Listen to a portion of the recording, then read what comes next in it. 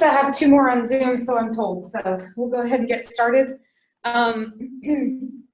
So a couple things. One of the things that I reminded you guys of last time was the fact that we are headed into the climax for the whole entire semester. Okay, this is going to be everything we've been doing so far is leading to this point. Okay, so from what I do between here, this possible zeros concept to the end of 4.3, I need all of the attention you can possibly give me, because this is the climax. This is the big deal. Now, what does that mean for the rest of the semester? The rest of the semester kind of goes downhill. You are not hearing me say that this is easy. Okay, that is not what I said. But I am saying that, to me, this is probably the most challenging concept in the semester. So everything from here on out, if you're willing to put in the work, shouldn't be as bad as this. And I'm not even calling this bad, as long as you can just pay attention to the process that we're going to take through it. So I would strongly recommend that if you, you know what, I'm not even going to recommend it for if you are having struggles. I'm going to recommend this for everybody. These videos, the list of possible zeros and the how-to for finding zeros, I would go back and rewatch those videos. I know it's just a process, but I think that will be solidified more in your mind the more that you look at that. November, do we have video? There we go. We're getting it. Okay, thank you. All right, so let me just make sure here. Let's look at the calendar. I do like to pull up the calendar regularly just to kind of refresh our memory as to what's going on. Today, so I'm slightly behind us. Okay, I just have to finish up 4.3 and then do 4.4.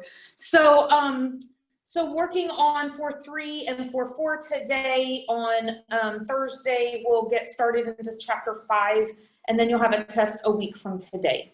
Okay, I think that we are at the point where we don't have to have tests anymore over in the HSB. We can have tests in here.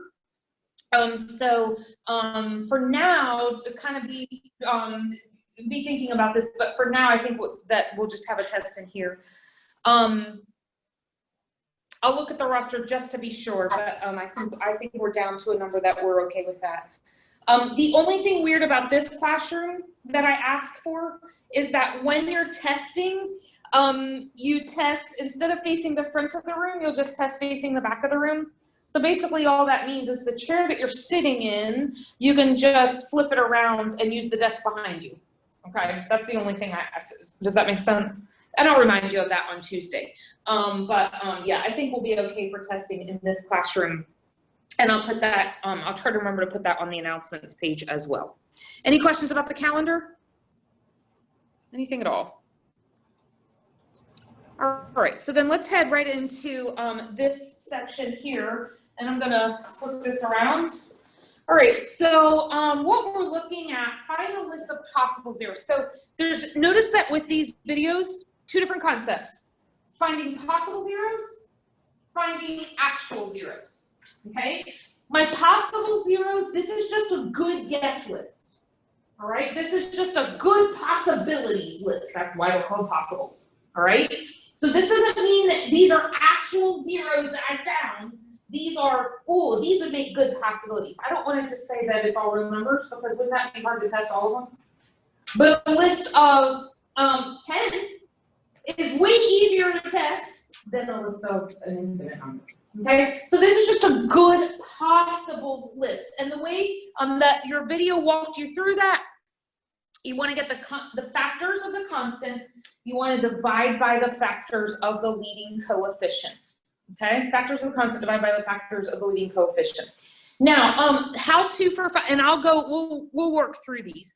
How to have this list handy as well, because I'm going to be walking you through them. So let's take a look at question number 8. So question number 8, 3 parts. The first part, let's just get a list of all the possibles. Okay, so have your notes available so that you can answer questions to this. So a list of possibles, all right? Now, what is it that I'm looking for or looking at when I want my list of possibles? Good. The factors of the number 8, the constant, divided by the factors of the leading coefficient 15. Okay? And it's all plus or minus. Okay? So the first thing that we want to do then, what are the factors of 8? Remember, factors are numbers that are multiplied together to give you something. So what are the factors of 8?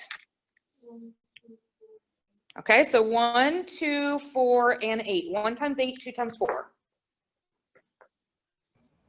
Okay, somebody else? Factors of the leading coefficient. So what are my factors of the leading coefficient? And that's it? Yeah, how about 3 and 5? Good. So 1, 3, 5, and 15. Now, what I like to do on this, and I don't remember if I showed this way on the video, but when I'm getting my possibles list, I like to start out by just saying, okay, all the factors of my constant are 1, 2, 4, and 8. No, that is not the number 1,248. And I'm going to divide by the factors of my leading coefficient, 1, 3, 5, and 15. Don't go thinking that this is a good answer because it's not. All right? And I like to be very methodical about this because if I'm not methodical, I forget stuff. Okay? And so I'm going to start out with my 1 on top. And I'm going to divide every single one of the numbers on bottom. So can you look at the screen for a minute to show, so I can show you what I'm talking about? So I'll do a 1 divided by a 1. I'll do a 1 divided by a 3. I'll do a 1 divided by a 5. And then I'll do a 1 divided by a 15. And that takes care of the 1 on top. All right. And then I'll do that with all of my numbers. If there's any repeats, I'll chuck them out. I don't want them. And if there's anything that needs to be reduced, I will reduce them. Okay. Don't forget, they're all pos neg. Okay. So let's go back. So our list of possibles is going to be plus or minus 1 because that was my first pair. And then plus or minus 1/3. Plus or minus 1/5, plus or minus 1/15. And that takes care of my 1 on top. Now let's go do the same thing for the 2 on top. Okay, so somebody tell me, what are all the possibles when the 2 is on top? You forgetting your plus or minus? Oh yeah. Okay. All right, so that takes care of the 2 on top. All right, somebody else, let's see, somebody on Zoom, can you take care of the 4 on top? 4, plus or minus 4, 4/3, plus or minus 4/3, plus or minus 4/5, and plus or minus 4/15. Okay, good. And then the last one, somebody in the classroom that hasn't done it. Plus or minus 8, plus or minus 8/3, plus or minus 5/3. 8/5? Plus or minus 8/5, plus or minus 8/15. There you go. All right, question. How many possibles are in this list? Too many. They're not that hard to count, but 16? I disagree. No, there's not an infinite number. And it is countable. Why 32? There's all the positive versions and all the negative versions. So that was kind of a trick question, Mary Alice. So yeah, it does look like there's 16, but there's double the amount. So there's 32 possibles. Now let's go back up to our original polynomial. How many zeros are there? Yeah, up to 3, right? So I know that I'm not going to be using all 32 of these values. okay? But let's continue with the directions. List the possibles, we got that done, okay? So now, part B, let's go find all the actual zeros or all the rational zeros. Now you've got a how-to for this, okay? Are you looking at your how-to? What's number 1 on your how-to? Okay, max number of zeros, we just figured out that that's gonna be 3. Okay, what's number 2, somebody on the list? Good, make a list of possibles. Check, got that done. What's number 3?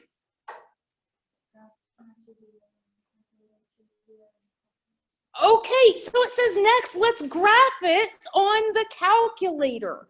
And what we're gonna do is we're gonna look at our calculator screen and we're gonna eyeball it. And what we're hoping for is that one of these possibles will be a 0 that is on my screen. So pull out your calculator.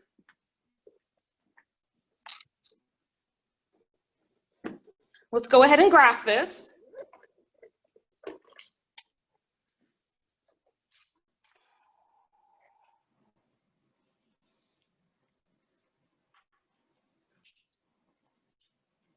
Show somebody your graph once you have it. Zoomers, you guys can hold it up to your camera and you can, the 2 of you can look at it for each other if you want.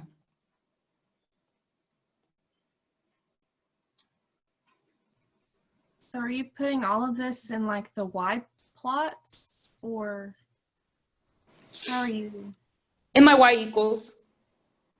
Put the equation into Y equals. Just like we would have back for the last test. So do you put all 32 numbers in? Put the polynomial into the Y equals. This is the polynomial. Oh, okay. I'm sorry. You have to put the equation in there. Yeah. Put the equation in. Yeah, I think I'll go with mine from like the last graphs that we did. It keeps telling me window range. Okay. So then how do you fix that? If it's giving you an error and it says that the error is a window range, how can you fix that, Dylan?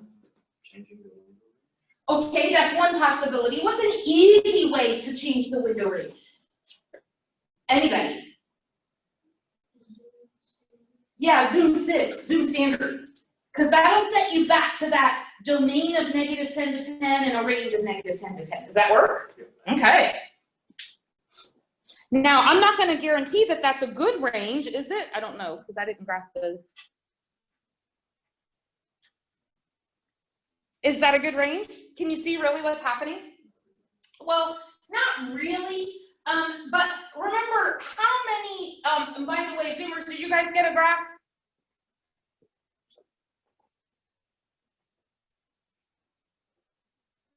Good, Rebecca, I'm gonna let you tell us, what was your window that you used? I used the normal -10, 10, -10, 10. Okay, I didn't. Show us your graph again, because I don't think I got that. I don't think that's your normal range. Go to your window, Rebecca. Are you sure it says there? Is that what you guys said? Okay, did I do some of them? Okay, y equals 15x cubed plus 61x squared plus 2x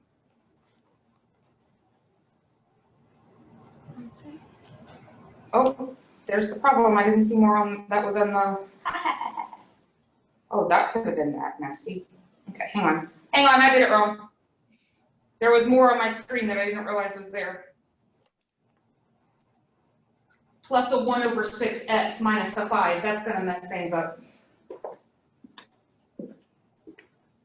Okay, Becca, I got the same thing you got. All right, everybody else did too. It's a good thing we were checking. Okay, did you guys already check with each other? Okay, all right, so how many zeros did we say that we were hoping to find? How many? 3, okay. Now, can you look carefully at your screen? And can you just by eyeballing, I don't want you to go find zeros the way that I taught you to find zeros for the last chapter. I just want you to eyeball it. Is there anything on that screen, if you're just eyeballing it, that looks like it may come from something in our possibles list, maybe? What? 4, -4. -4. -4. All right. So can you go back to your how-to list? Your how-to list said that you should graph it on the calculator to try to match up something from your good guess list with something on the calculator.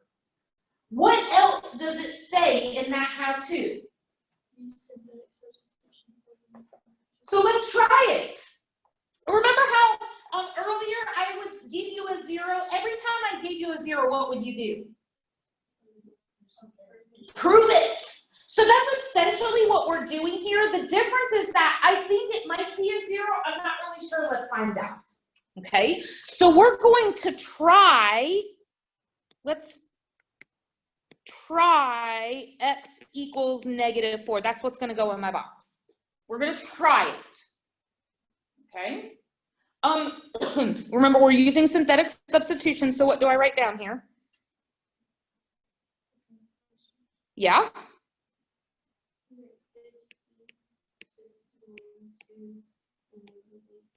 Did you look for a missing?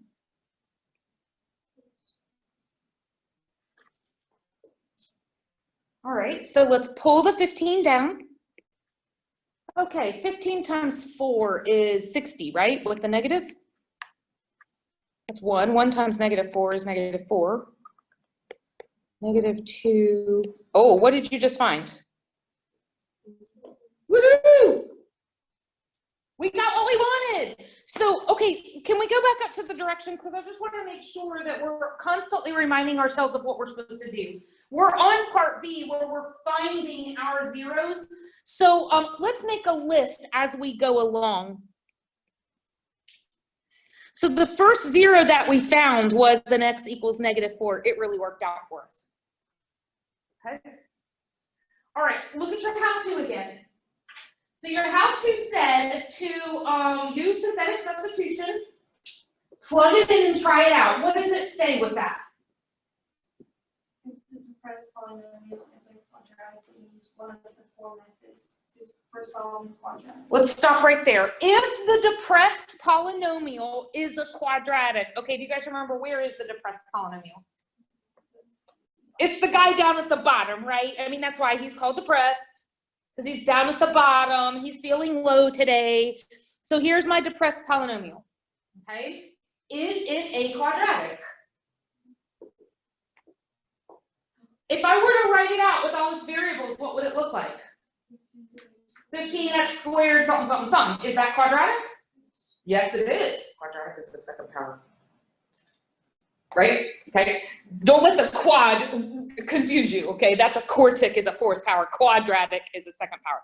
Okay. So we have 15x squared plus x minus 2. Since it's a quadratic, our how-to says use the 4 properties, the 4 methods of solving quadratics. Okay. Oh, what are the 4 methods of solving? Isn't this crazy? I'm making you do stuff from chapter 3. All right, so what are the 4 methods of solving quadratics? What's one? Complete the square. I would so not choose completing the square on this one. Can you tell me why I would not choose completing the square on this one? Because of the 15 in front, and is there a second reason? It's not even. Yeah, the b value is not even. Remember, those are the 2 things I personally like for completing the square. An a value of 1 and a b value that's even. Okay, so completing the square is one option, but we don't like it. So what's another option? Quadratic formula. Okay, if we have to, we'll use it. But I mean, yes, it always works, but it's hard. It's harder. And some of you are like, yes, but it always works, and it's just plug and chug. Okay, but there are easier methods. Okay, so quadratic formula is an option. What's another option? Square root method. Now that's not an option on this one. Remember, square root method, you can only use it when there's a single variable. And I have 2 variables here. I have an x squared and I have an x. So I can't use the square root method. What's method number 4? Okay? The zero product property. All right, so that's actually the one that I'm going to attempt to do first. So honestly, guys, my two go-tos are usually the factoring method and the completing the square method. They're easier than the quadratic formula. Okay? If neither of those can work, then I'll go and do the quadratic formula if I have to. So let's see if we can do some factoring here. Now, what would be a good pair of numbers, do you think, for the first two? For my firsts. Think about unfoiling here. So that's the firsts that I'm using. Okay, 5 and 3, 3 and 5, let's try it.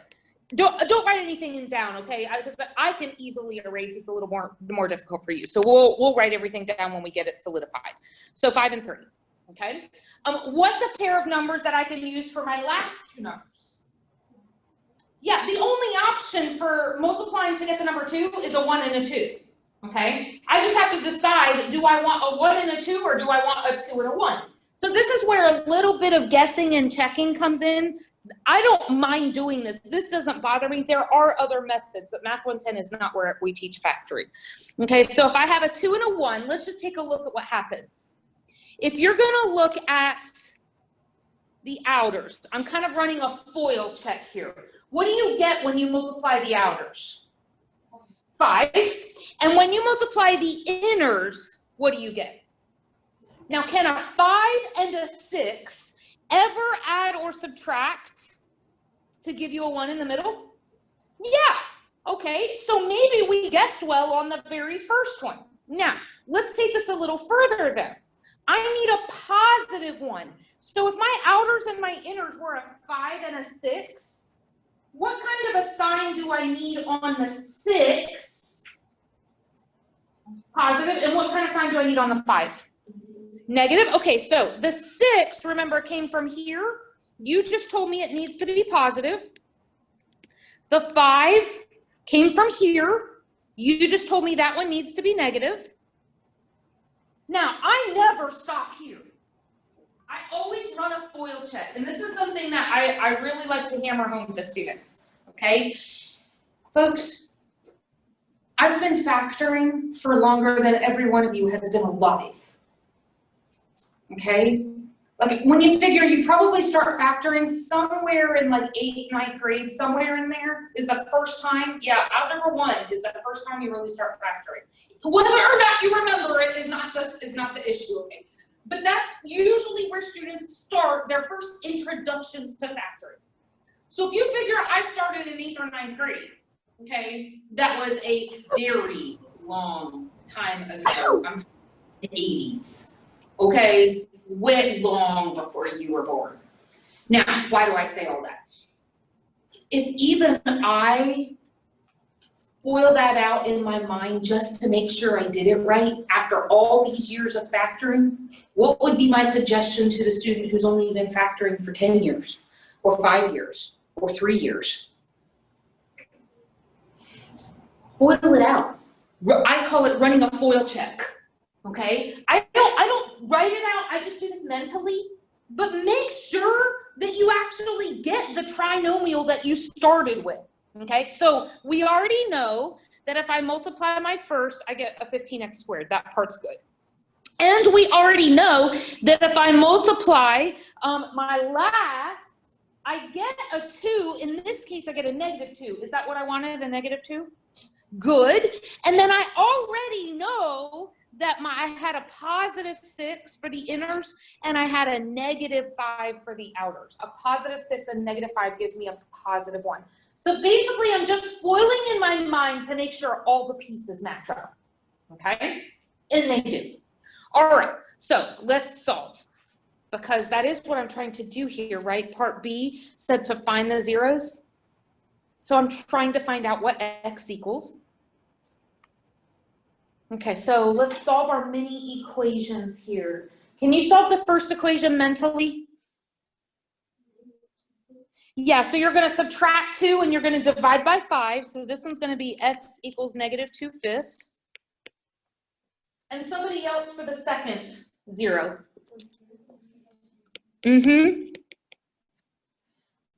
So let's go add that to our list. So x equals, what was it, -2/5? And x equals 1/3. Hey, does that line up with how many zeros I thought there was supposed to be? Yes, it does, so that's good. All right, now look at part C. By the way, that does what I'm supposed to do for part B. Part C says, let's go factor. And again, this part is a review. So there's not very much new material in this. It's really more of taking all the little pieces that we've been working on in the last couple class periods and combining them into one question. So let's turn our zeros into factors. Now I have two ways to show you this. Okay, so bear with me. If you're going, I wouldn't have done that, that's fine. That might be the second way that I show you. Okay, so just bear with me on this. Let's take our zeros and let's turn them into factors. What would the first factor be? X plus 4. What would this, somebody else, what would the second factor be? According to what we've been doing. I know what you're thinking, and I'm gonna go that way too. Okay, was that you, Abigail? Okay, can you say it the same way we did the first factor though? X plus 2/5. And Abigail, you are right. I just want to come back to that one and do that one the second way. And then the third factor. X minus 1/3. Okay. Now, I still haven't done my requirement here for part C. All right. I have my factors, but I haven't written P of X in factored form. So let's do that. So P of X will equal, leave yourself a small amount of space here. Okay, and let's just write down our product of factors. So we have x plus 4 times x plus 2/5 times x minus 1/3.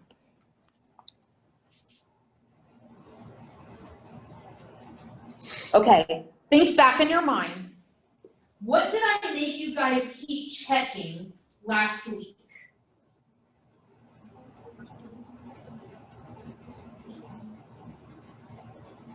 The leading coefficients for one.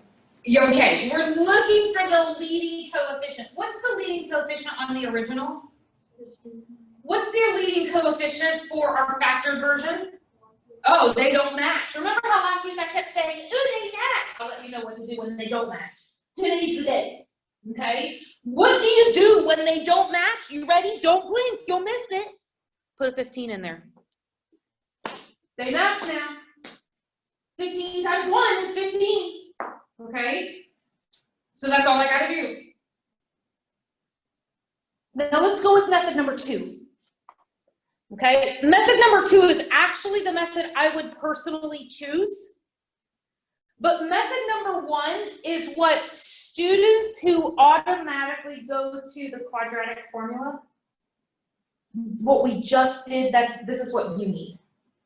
Okay? Because if you jump straight to the quadratic formula, if you don't like factoring and you don't like completing the square, and you just jump straight into quadratic formula, then you're not going to ever see this right here, this factored form. All you're gonna see is the 3 zeros. Okay? So if you use quadratic formula, you will get fractional answers sometimes. Okay? So method number 2 says, well, Ms. Roberts, I already had factors. Because just a few minutes ago, I used the zero product property. I used factoring. So I already had some factors. Well, the first factor was the guy that lines up with this second guy, and that was going to be 5x plus 2, which is what Abigail tried to tell me, and I shot her down. Sorry, Abigail. And then the second factor that we ran into was that 3x minus 1 guy. And I can use those. So now, and I'm just going to put a big or here. Method number 2, my first factor was x plus 4. There was nothing weird about that. My second factor that I found by using the zero product property was 5x plus 2. And my third one was 3x minus 1. All right, now look. We already know the leading coefficient of the original is 15. What's the leading coefficient of this guy? It's not 1. It's still a 15. Take a look. If you were going to multiply a 1x times a 5x times a 3x, you would get a 15x cubed. So here, my leading coefficient does match. There's nothing extra that I have to slap in because they match. Okay? Any questions on that? So if you were doing this on my lab math, would it accept both of those? Should. Yep, it should. If it doesn't, send me an email, let me know. Okay, but it should. For sure on a test, I have the ability to go back. I gave 3 tests yesterday, so I was grading my tests, and question number 3 on one of my tests, my lab marked it wrong every single time. And when I would go and look at the student's answer and then my lab answer, they were identical. Like 47 pi over 18. You know, it's like, it's not, you know, like 3. It was actually something fairly complicated. Every time there was a match. And it marked it wrong, 0 out of 4 points. So every single student, I had to go back in.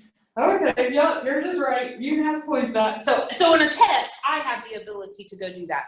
I don't on homework unless you let me know. So, all right. So I want to. Okay, so since we have a test in a week, let's do this. I'm gonna skip number 9. Okay, but I'm gonna put this on your shoulders now. Okay, I'm gonna skip number 9, but I want you. I'm gonna go to 4-4. Okay, which is where I'm supposed to be today. Next class period, this is your responsibility. After we finish 4-4, remind me to go back to section 4-3 and do number 9, and I will do that one with you. In the meantime, I would like for you to try it on your own. Okay, now this one's a little more challenging, but let me show you what I did.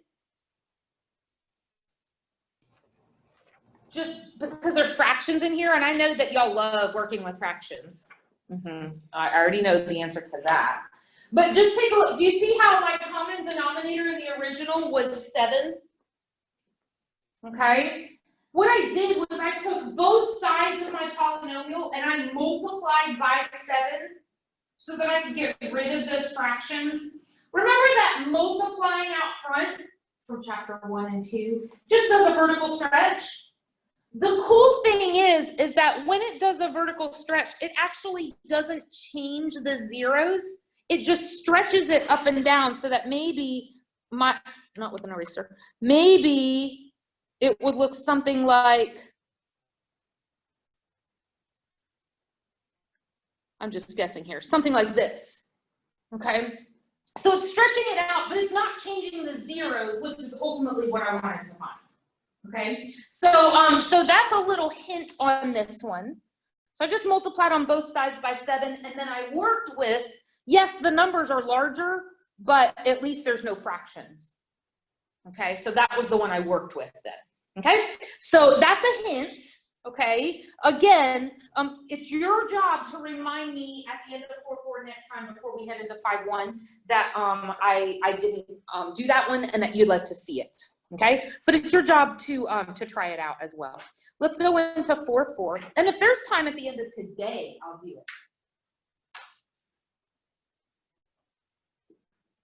it. Okay, zero product property. Most of what we do today is going to be factoring. Woohoo! It gives you some good practice with factoring. Okay.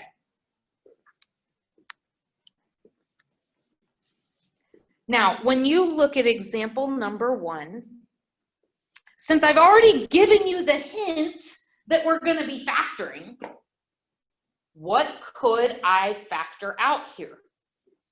A 2 and an x. Yeah, my GCF, if you guys remember that term from Math 101 and Math 102, my GCF is a 2x. So I can factor out a 2x. Remember, factoring out is just division, okay? So when I take my 2x cubed and I divide out a 2x, what's left? X squared, blah, blah, blah, blah, I just said the 2x cubed. And then when I take a negative 4x and divide out a 2x, what's left? A negative 2. Oh, look, we have factored. And so now we can solve. By the way, that second quantity, can I factor that guy any further? Yes. How, Becca? Take the 2 to the other side, making it positive 2, and then square root both of them. Okay, so you're actually solving there, Becca, and actually that is what we're going to do. But my question is, can I factor it any further? Yeah. Like, what if that guy that's circled, what if it were an x squared minus 4? Could I factor x squared minus 4? How does that factor, Mary Alice? Yeah, it's a difference of 2 perfect squares, x plus 2, x minus 2. If that had been an x squared minus 4. All right, how about one more? What if that circled guy said x squared minus 1? Can I factor further x squared minus 1? Dylan? How? No? Mm-mm. How could I factor an x squared minus 1? X plus 1, x minus 1. I'm trying to do the actual. Oh, X squared plus 2. no, but I said x squared minus 1. Yeah. Okay. I miss. Sorry. All right, so x squared minus 1 could be factored further, x plus 1, x minus 1. But x squared minus 2, I cannot factor it any further. Okay, I cannot factor x squared minus 2 any further because it has to be a difference of 2 perfect squares. Difference of 2 perfect squares. Okay, so since I can't factor any further, we're going to do what we did in chapter 3, set our mini equations up. So I have either a 2x equals 0, there's my first mini equation, or x squared minus 2 equals 0. And that was the one that Becca was telling us about. So we're going to solve our 2 mini equations. By the way, how many solutions do we expect to find? We expect to find 3. Okay, so keep that in mind. So then what is the solution to the first mini equation? X equals 0. On the second mini equation, like Becca said, let's go ahead and add 2 to both sides. So, and then we'll take the square root of both sides. So that'll be x is equal to? Plus or minus the square root of 2. Very good. Hey, how many solutions is that? There's 3 solutions there. You've got an x equals 0, an x equals positive root 2, an x equals negative root 2. Just out of sheer curiosity, are those real or are they complex? They're real. Why aren't they complex? There's no eyes. Complex doesn't mean ugly. Complex means there has to be some eyes in there. Okay, so I do have 3 real solutions. All right, number 2. For example 2, now remember the directions said we had to use factoring. Okay. What is the method of factoring? By the way, I haven't taught you this. This is something you would have learned in Math 101 and Math 102. What's the method of factoring called that's used for example number 2? Factor by grouping. Factor by grouping. Okay, so if you don't remember what factor by grouping is, let's get a really quick rundown of it. So factor by grouping says take the first 2 pieces and factor out the GCF. Okay, so when you look at the first 2 terms, what's the GCF of the first 2 terms? X squared. Yep. And then you're going to multiply by the leftovers. Since you factored out, what are the leftovers here? 5x minus 1. Good, 5x minus 1. Okay, so recap, factor out the GCF, multiply the leftovers. All right, now let's go to the next two terms. Do it again. What's the GCF of the next two terms? What kind of a 2? A positive 2. Now that's a big deal, so keep that positive in there. Okay, a positive 2. Now multiply by the leftover. So when you factor out a positive 2, what is left over? 5x minus 1. Very good. Don't forget your equals 0. We're not doing anything with that. Okay, so as a recap, here's what we did. Factor out the GCF, multiply the leftovers. Factor out the GCF, multiply the leftovers. Do it a third time. Look here. You've got 2 nasty terms. There's one big nasty term, and there's another big nasty term. What is the GCF in those 2 big, ugly, nasty terms? What? 5x minus 1. So let's take it out. 5x minus 1. And let's multiply the leftovers. What are the leftovers? X squared plus 2. Hey, look, it's factored. Okay, so again, I know everybody teaches factor by grouping a little differently, but this is the way that I like to voice it. It's just take out the GCF, try it again. Take out the GCF, multiply the leftovers. Take out the GCF, multiply the leftovers. Take out the GCF, multiply the leftovers. It's 3 rounds. 3 rounds of the same thing, okay? All right, so now we're ready to set up our mini equations. By the way, how many solutions do we expect to find? Okay, so mini equations, we've got either a 5x minus 1 equals 0 or an x squared plus 2 equals 0. So what's my first solution? X equals 1/5. For my second solution, I can't factor that any further. So we'll have x squared equals -2. Okay, so we're going to square root both sides. So x equals, good. Good catch. Plus or minus I times the square root of 2. How many solutions did we find? 3. Now, if I had graphed this on the calculator, how many x-intercepts would have shown up on the calculator? Just 1, because 2 of them are imaginary. We can't see those. We can't see those. Okay? All right. How about you try number 3? We're still working on factoring. I would not use grouping on this one. So this one's different than both example 1 and 2. This one I would treat just like the normal quadratic from chapter 3.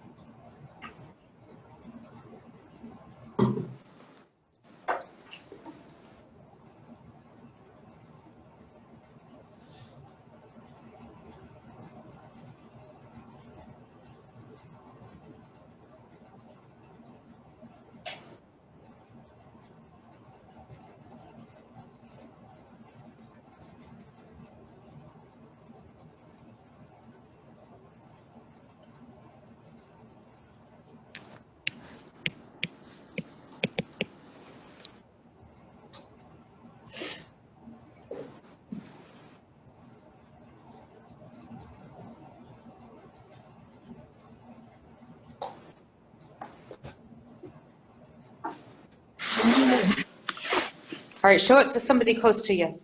Stay socially distanced.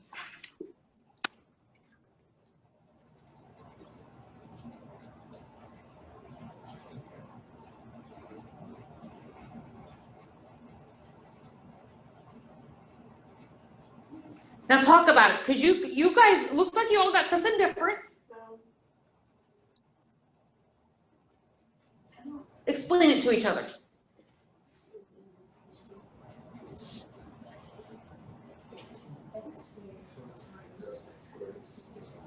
So you can't factor it the same way you did this one because you don't have an x squared in all three terms.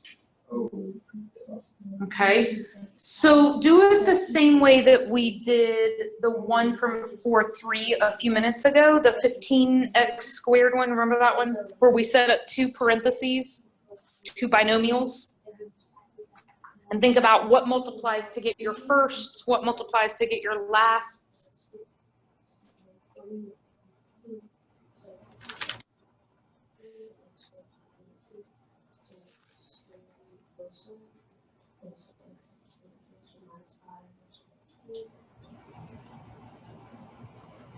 They totally lost you, Sierra.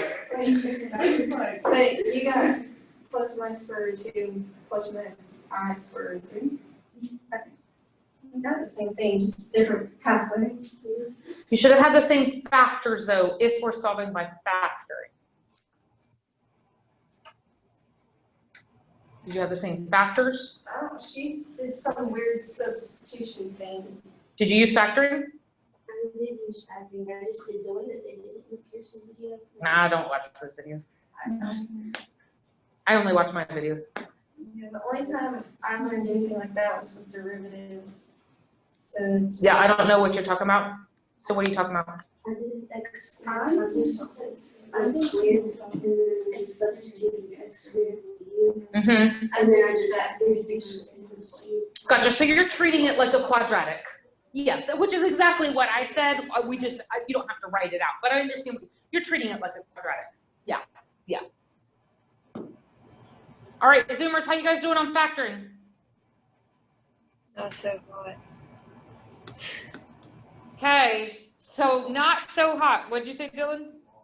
Allah, Dylan says. Okay, so Becca, can you tell me two things that will multiply together to give me an x to the fourth? I got that one, x squared and x squared. Good. Okay, so x squared times x squared. All right, Becca, can you tell me two things that will multiply together to give me a 6? And for right now, Becca, I don't care about the pluses and the minuses. Just give me two numbers. 2 and 3. 2 and 3. Okay, so let's put in a 2 and a 3. Now, Becca, what we're going to do is we're going to FOIL, and we're going to see if it's starting to lead us down a path that we want. Okay, so still picking on you, Becca. When you multiply your outers, what do you get? 3x squared. Good. And Becca, when you multiply your inners, what do you get? 2x squared. All right, so here's my question, Becca. Can I combine these two by adding or subtracting? Yeah. Whoa. To get this guy a positive x squared? Yeah. Yes, I can. Okay, so Becca, one more step then. If I want a positive x squared, what kind of sign do I need on this guy? Give a positive 3 and a negative 2. Very good. So now let's go put those in our factors. A positive 3x, since the 3x came from our outers, this guy needs to be a positive. And a negative 2x, that came from our inners, so this guy needs to be negative. Does that help? Yeah. Dylan, does that help?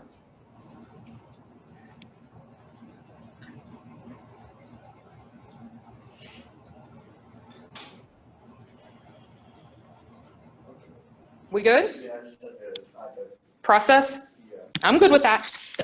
You guys, so I was listening to this article yesterday, because I do audio reading all the time, since I drive from Taylor's. And so I was listening to this math book. I know, because I'm like a total geek. And one of the things that she kept saying, and this is something I say to my students, but they don't believe me, but it was nice to hear it from a professional's perspective. She kept saying, she was like, speed in math is not the goal. Deep thinking is the goal. So students think with deep thinking, but it takes them longer. That's okay. And I am so fine with that. I tell my students that, but I want you to believe it too. Speed. So if you answer me first, I'm probably going to get on your case, right, Sierra? Because I want everybody to have a chance to think. And I totally realize for the record, I was one of the slow thinkers. I'm not a fast math thinker. I don't think math fast. Okay, so I'm with the people who think a little bit more slowly about math, and that's totally fine. So, all right, that was a nice little rabbit trail. Let's solve our mini equations. So we've got x squared. I know it's x squared minus 2 equals 0. I'm going to write x squared equals 2 if you're okay with that. Or x squared equals -3. So I'm just starting my solving. Take the square root. So what do you get for your first solution? Good. And then for your second solution? Very good. Abigail, did our factoring make sense when we walked through it? Yeah.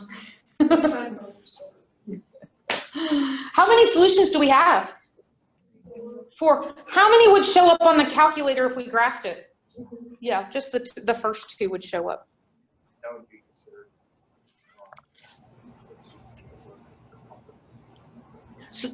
I can't. That's okay. So what I would say is we have 2 real and 2 complex solutions.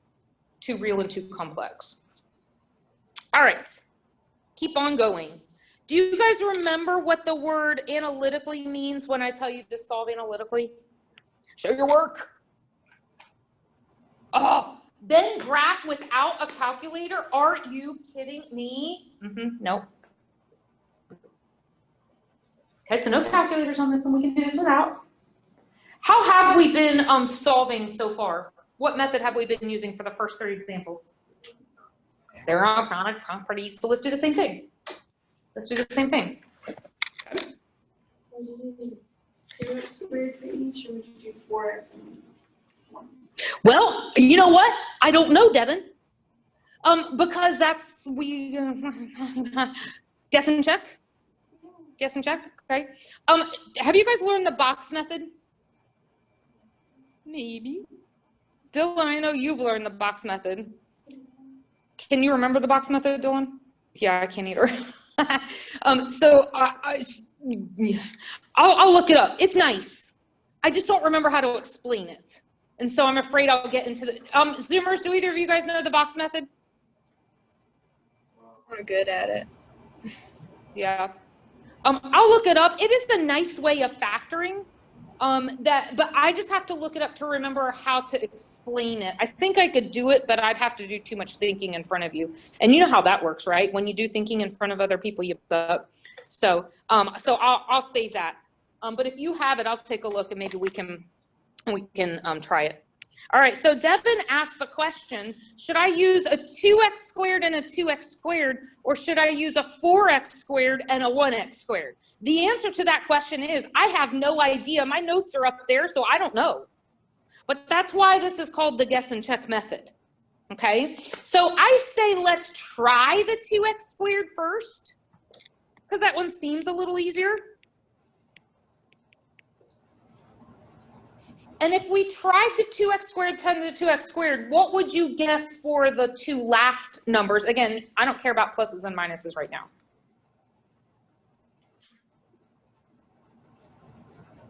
What multiplies to get 25?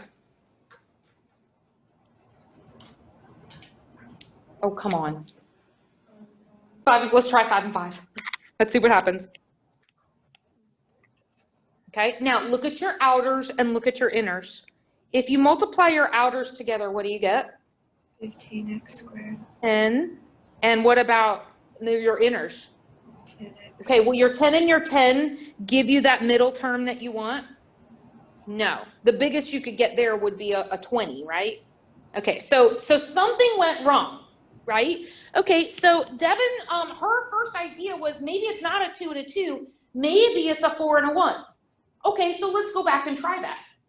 Okay, so, and I know it's a little easier for me to erase than for you to erase, okay?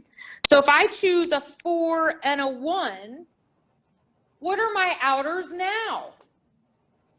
20, and what are my inners? 5. Will that give me what I want? No. Okay, so if it's not 4 and a 1, if that's not the main issue, then there's one more thing we can try. What's the one more thing we can try? Yeah, so let's try, instead of a 5 and a 5, let's try, we're gonna need a 1 and a 25, but do we want 1 and 25 or do we want 25 and 1? Let's try 25 and 1. Does it matter? Okay, what do you, that's a good question, Becca. Can you hang on to that question and I'll come back to it? What are my outers? 4x squared. 4. What are my inners? Now, could that give me what I want? Now, okay, Becca, let's revisit your question here. Don't erase what we had. Okay, I'm going to write it back. If I had a 1 and a 25, Becca, what would the outers be? 100. And the inners? 1. Would that give me what I want? Does that make sense? Yeah. Okay. All right, so then the last thing that we want here is some signs. So I need a negative on my 29. So what do I need on my 25 and my 4? Both of them need to be negative. Okay, so one last check. How about the last? Can you take a look? If I multiply my last together, do I get what I want? I do. Okay, so then that checks out. All right, and I'll look up the box method because it is quite nice. You can Google it and you'll get some good YouTube videos, but the box method is quite nice. But let me review it so that I can explain it well. All right, so now I've got two mini equations. So we have 4x squared equals 25 for the first equation, or x squared equals 1 for the second equation. You know what?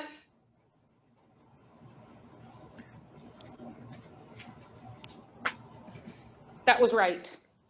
But there's more factoring I could do. Let's practice factoring. Let's practice factoring. I have a difference of two perfect squares. So if I have a difference of squares, how does the first factor factor? 2x squared minus 5 and 2x squared plus 5. And it's actually not a squared there. It's just a 2x. Okay. And the second guy also is a difference of two perfect squares. So what's that one factored? Yep. So then once I have it in that form, it's really easy to find my 4 solutions. And I don't have to deal with square roots or anything like that. Okay. So my first solution is what? 5 halves. Second? Third? Yeah. Does 4 solutions make sense? Good. What's the multiplicity? There's a good review word for you. What's the multiplicity of each one of my zeros? Yeah, what does that mean? Because it says we're supposed to graph without a calculator. A multiplicity of 1 tells me to do what? Go straight through. Go straight through. Okay, so let's go and let's put our 4 zeros on the graph. I'm going to spread this out a little bit. So we have a 1, a negative 1. So there's 2 of my zeros. Where is 5 halves? What's 5 halves the same thing as? 2.5. 2.5.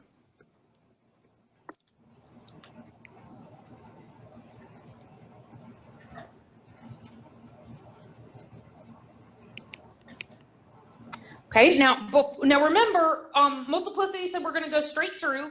We need our end behavior though. So can you look at the original? What's the end behavior? Both up. Okay. So then that should be pretty simple. So I'm going to start in the up position. I'm going to end in the up position. I'm gonna come and go straight through my first 0, break through. I'm gonna break through my second 0. And then I'm gonna break through my third 0. And break through my fourth 0. I have one more question for you. What is the y-intercept? Yeah. Remember, a y-intercept is where all of your x's are equal to 0. So if you put in 0 for all of your x's on the original, you just get a 25. Ah, we didn't even need a calculator to graph that. That one wasn't so bad.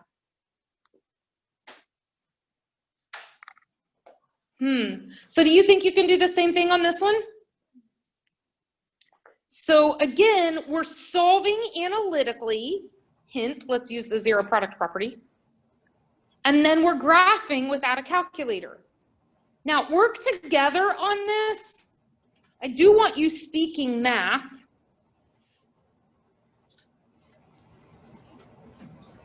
What method are you going to use for factoring on this one? Yeah, grouping. Because when you have 4 terms, that's the best time to use grouping. For the record, grouping doesn't always work. Grouping does not always work. Some of those that we worked in the last section would not have worked with grouping.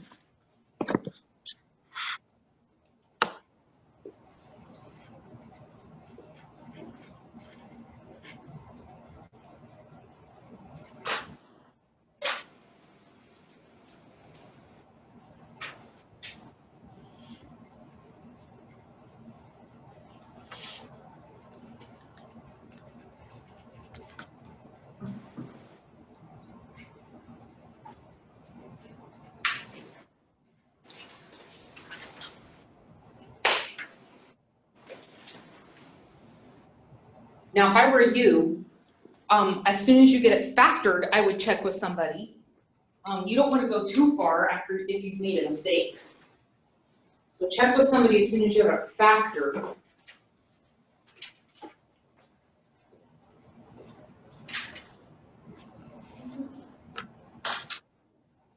November and Becca, if you guys want to check with each other on Zoom, you're welcome to do. Can you guys see each other? Yeah, so if you guys want to check with each other, you're welcome to do that. Can the whole class see if I chat it or no? No, it just shows up as a little pop-up at the, oh, yeah. Sorry. No, that's fine. But yes, we can. Okay.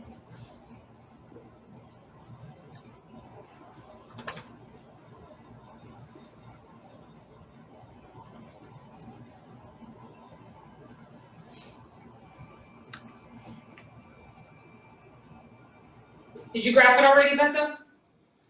No. Did you guys pay attention to what Becca said? Did you get the same thing that she got? Could you read it? Yeah. I didn't even see. Okay, Mary Alice, you said yes, that's the same. Okay, so Mary Alice, Becca says she got the same thing you did. Okay. November, how you doing? I'm kind of lost. I'm just trying to do my best. Sorry. That's okay. That's all right. Factoring's not one of the easiest things in the world. It's usually what trips up Math 110 students. Abigail, how you doing over there?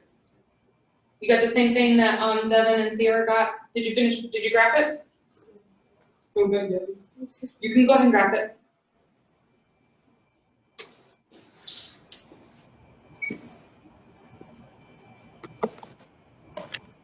What are the 3 steps that we keep repeating over and over for factoring by grouping? Graph the GCF and multiply by the leftovers. Okay, so you do 3 rounds of that. All right. So factor out the GCF. November, can you tell me what the GCF is on this one? On the first 2 terms? Is it 6? No. What's the same thing that both terms have? A 1. So they both have an x squared. Oh. Okay, they both have 2 x's in them. The first one has an x cubed, but there's still 2 x's in that one. All right, so what do we, what are the leftovers when we multiply? When we factor out the x squared, what are the leftovers? This is for anybody. X plus 6. Okay. Okay, now, what's the GCF for the next 2 terms? Negative 100. When you factor out a negative 100, what's left? X plus 6. Don't forget you factored out a negative. Okay, and now I have 2 big ugly terms. What's the GCF in those 2 big ugly terms? X plus 6. Let's multiply by what's left over. What's left over? X squared minus 100. Hey guys, x squared minus 100 will factor even further. Okay, so we've got x plus 6. How does x squared minus 100 factor? Okay, so x plus 10x minus 10. So now our solving is quite simple. So we have x equals negative 6, x equals negative 10, x equals positive 10. What's the multiplicity for each 0? 1. What is the end behavior for the original? 1 up, 1 down, or 1 down, 1 up? 1 up, yeah, 1 up, 1 down, and it's overall, I think I cut you off. It's overall what? Positive. Uphill or downhill? Uphill. Yeah, uphill. So we start at the bottom, we end at the top. Okay. All right. So we've got here negative 6. I'm going to have to go by 2s. 2, 4, 6. And 2, 4, 6, 8, 10. I got 1 there, 1 here, 1 here. Start at the bottom. Break through. Break through. And break through. What's our y-intercept? Negative 600. Yeah, aren't you glad I didn't make you count that one?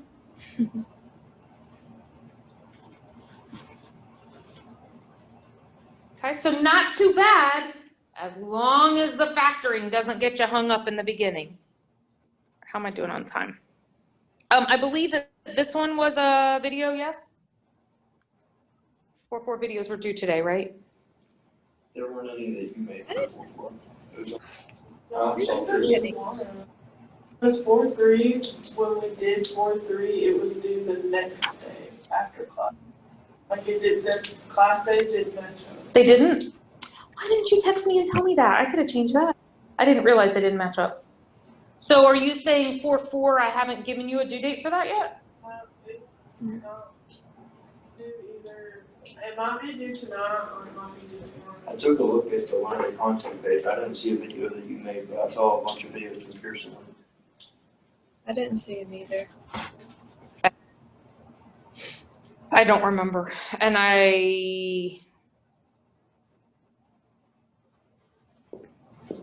do I have that written down?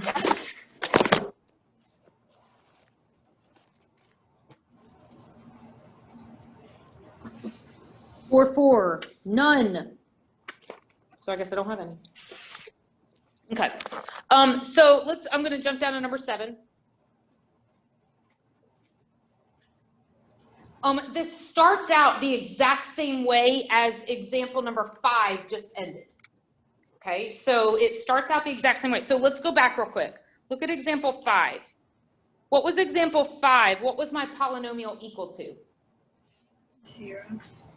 My polynomial equaled 0. Look at example 7. Now, in the original, my polynomial is equal to p of x, but what does part A say? Equal to 0. Equal to 0. So part A is no different than example number 5. All right, so all this means here is solve. Now, look at how nice I was to you and humble. What did I do for you on this example? I factored it for you, okay? So part A then is super easy to solve because I've already factored it for you. So what are my solutions for part A? Let's write it properly. X equals 0, what else? X equals 4, x equals -2. I forgot to read the directions. Let's go back real quick. Graph, solve. Okay.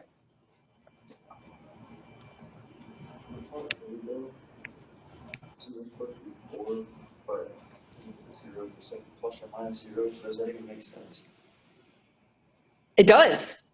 It does. So you're on the right track, Dylan. You're just not saying the right words.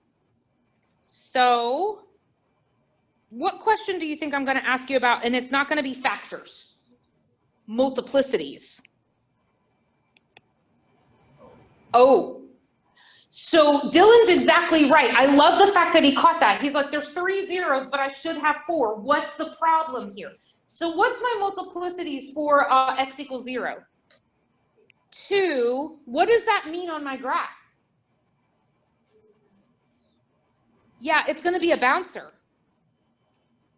What are the multiplicities for the x equals 4 and the x equals -2? Both of those are 1, and they're going to both be, yeah, they'll both break. Okay. What's the end behavior? Both down. Okay, so let's go put our zeros on the graph. So we have an x equals 0, x equals 4, and x equals -2. Both sides are down, so I'm starting at the bottom and I'm ending at the bottom. When I get up to my first 0, so I'm starting at the bottom, when I get up to my first 0, how am I going to react to my first 0? Break through. And how will I react to my middle 0? We're going to bounce off of it.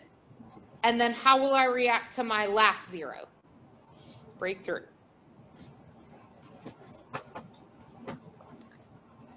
I love this next question. Where's the y-intercept? It's already marked. It was also one of my x-intercepts, the coordinate 0, 0, the origin. Okay. All right, so I have fulfilled part A. I have solved it and I have graphed it. Okay, now let's look at part B.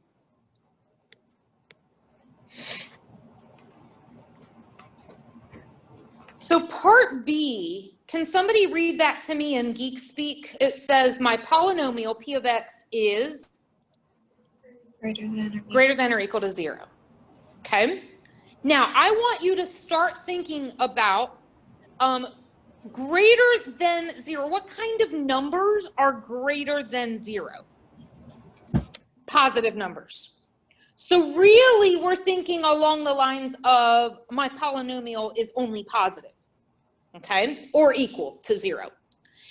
There's another way to think about this. So I'm going to come over here, maybe like to a little bit of scrap paper over in the corner. Greater than 0 is going to be above the x-axis. Greater than 0 will be above the x-axis. Okay, so then what would less than 0 be then? Below the x-axis. Now let's think about why that is. Let's think about all of the things above the x-axis. What kind of y values do these have? They're all positive y values. And remember, p of x is a y. Just like f of x is a y, okay? So this is where all of my values above the x-axis are positive. What about all of my values below? These are all negative y values, okay? Now, I got one more, though. So we said that greater than 0 is above, less than 0 is below. What's the only option we haven't talked about?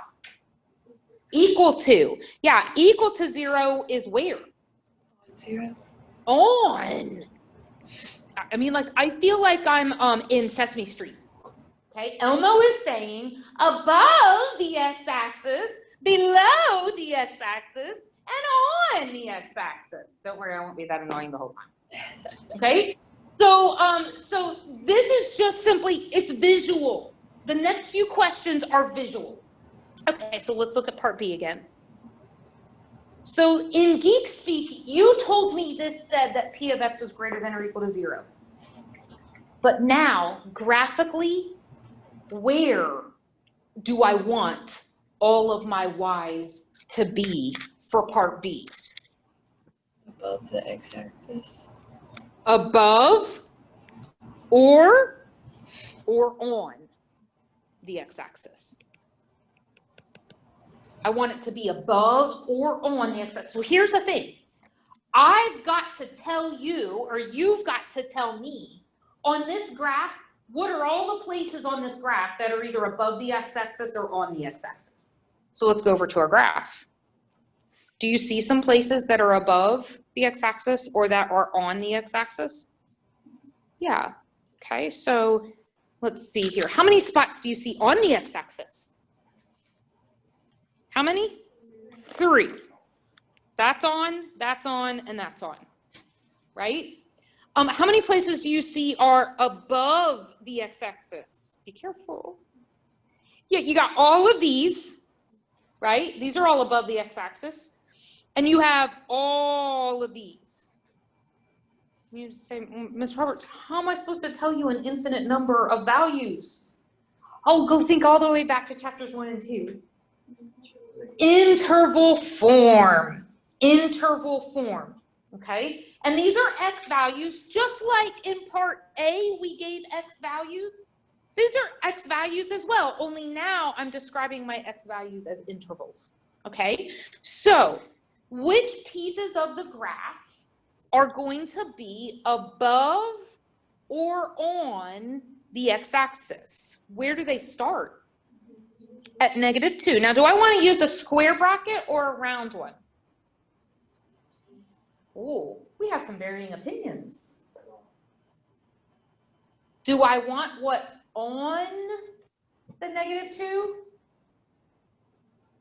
I do. I'm allowed to stand on that -2 because part B told me that I could equal 0. My y value could equal 0. Okay, so I want to use a square bracket here because I am allowed to stand on that value. You with me? Okay. Now let's move from left to right. What x values where do I stop using x values that are up above or on the x-axis? All the way over to 4. I'm using every single, or let me put it this way. Every single x value is either above or on from -2 all the way to +4. Okay. All right, what about part C? What's the English version for part C? I know geek speak is that all of my y's are less than 0. Good, both of those are correct. So below the x-axis. Okay, so how many pieces do you have that are just below the x-axis?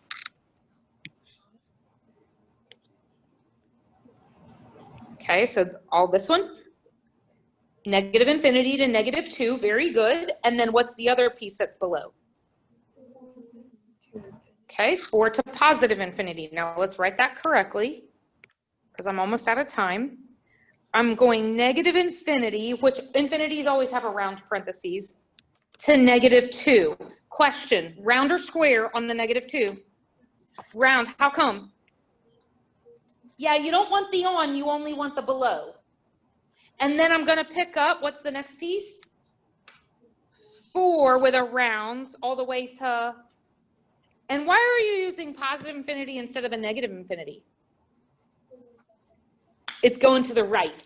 It's the x values. All right, well done, guys. We will finish the rest of these on Thursday. There's only 3 more questions to do. We'll finish these on Thursday. Don't let me forget to do that example I didn't do, but I want you to try it first, okay? See ya.